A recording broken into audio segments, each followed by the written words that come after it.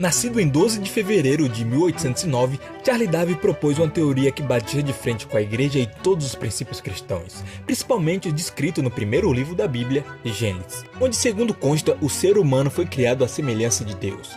Darwin nos apresentou uma revolução na biologia, tão forte quanto o heliocentrismo, proposto por Copérnico e defendido por Galileu e Newton, onde tirava a Terra como centro do universo, passando a orbitar em torno do Sol. Darwin, com sua teoria, quebrou a noção de fixidez das espécies, pois propôs que todos os seres vivos descendem de um ancestral comum. Darwin nasceu numa família abastada e muito religiosa. Sua mãe faleceu quando ele tinha apenas 8 anos, uma perda que marcou sua infância. Quando jovem, Darwin iniciou o curso de medicina na Universidade de Edimburgo. Mas o jovem garoto tinha uma repulsa pelas aulas de anatomia e não suportava ver sangue e principalmente ver operações médicas sem anestesia.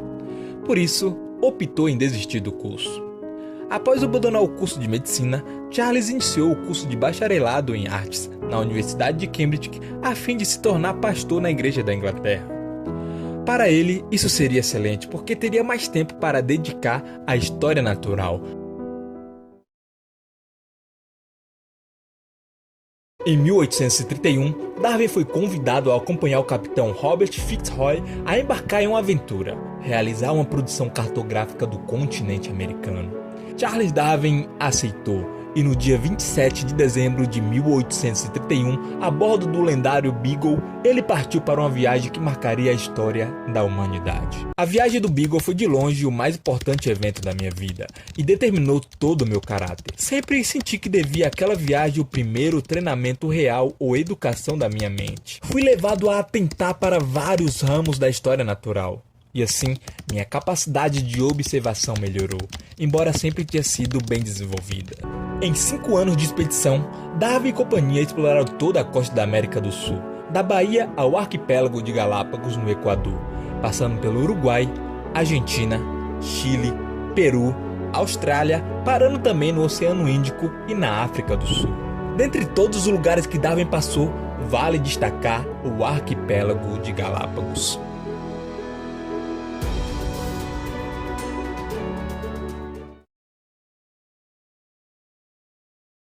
A tripulação do Beagle passou 35 dias nas Ilhas Galápagos. Darwin dedicou esses dias a estudar a flora e a fauna da região, fazendo registros e coletando fósseis. Vale destacar que não foi apenas em Galápagos que Darwin fez registros e coletou amostras. Ele fez isso em todos os lugares que passou. Acontece que Galápagos o colocou alguns questionamentos importantes, como a questão do isolamento e a sua importância para a formação de uma nova espécie. Em seu retorno à Inglaterra, Darwin leu o livro Ensaio sobre o Princípio da População, de Thomas Malthus. Nesse livro, o autor relata que a população crescia mais rápido do que a produção de alimento, o que resultaria em um problema de pobreza extrema. Charles viu que na proposta de Malthus, o princípio da competição poderia ser aplicado ao mundo natural. Desta forma, a luta pela existência leva à seleção natural. Em 1844, Charles Darwin escreveu um ensaio de 189 páginas, chegando futuramente a 231 páginas sobre a evolução. A sua ideia era a seguinte: os seres vivos, a todo tempo, estariam lutando para sobreviver no ambiente, e o meio estaria responsável por selecionar aquele mais apto a sobreviver. Assim, o indivíduo que sobrevivesse e reproduzisse passaria suas características aos seus descendentes, e com o tempo, as características vantajosas permanecerão. Para a teoria da evolução por seleção natural, todos os seres vivos descendem de um ancestral comum. As diversas espécies surgem por um lento e gradual acúmulo de diferenças. Porém, Darwin não publicou suas ideias. Darwin não publicou seu livro. Anos depois da sua descoberta, Darwin recebeu um pacote contendo várias páginas de um naturalista chamado Wallace. Ao ler, Charles ficou em pânico. Wallace havia chegado às mesmas conclusões. Ele também havia viajado pelo mundo e leu o livro de Malthus. A grande questão é que Darwin não havia publicado o livro por inúmeros motivos. Um deles era a perseguição que sabia que iria sofrer da igreja. Mas agora ele estava em um dilema. Se eu não publicar meu livro, outro vai publicar. e mais de 20 anos de estudo serão jogados fora. Mas se eu publicar, irei sofrer perseguição. Então, Darwin resolveu publicar o seu livro, mesmo com todas as adversidades.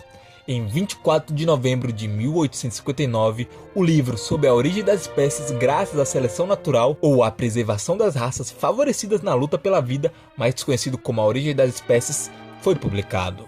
A primeira edição, com 1.250 exemplares, esgotou no primeiro dia.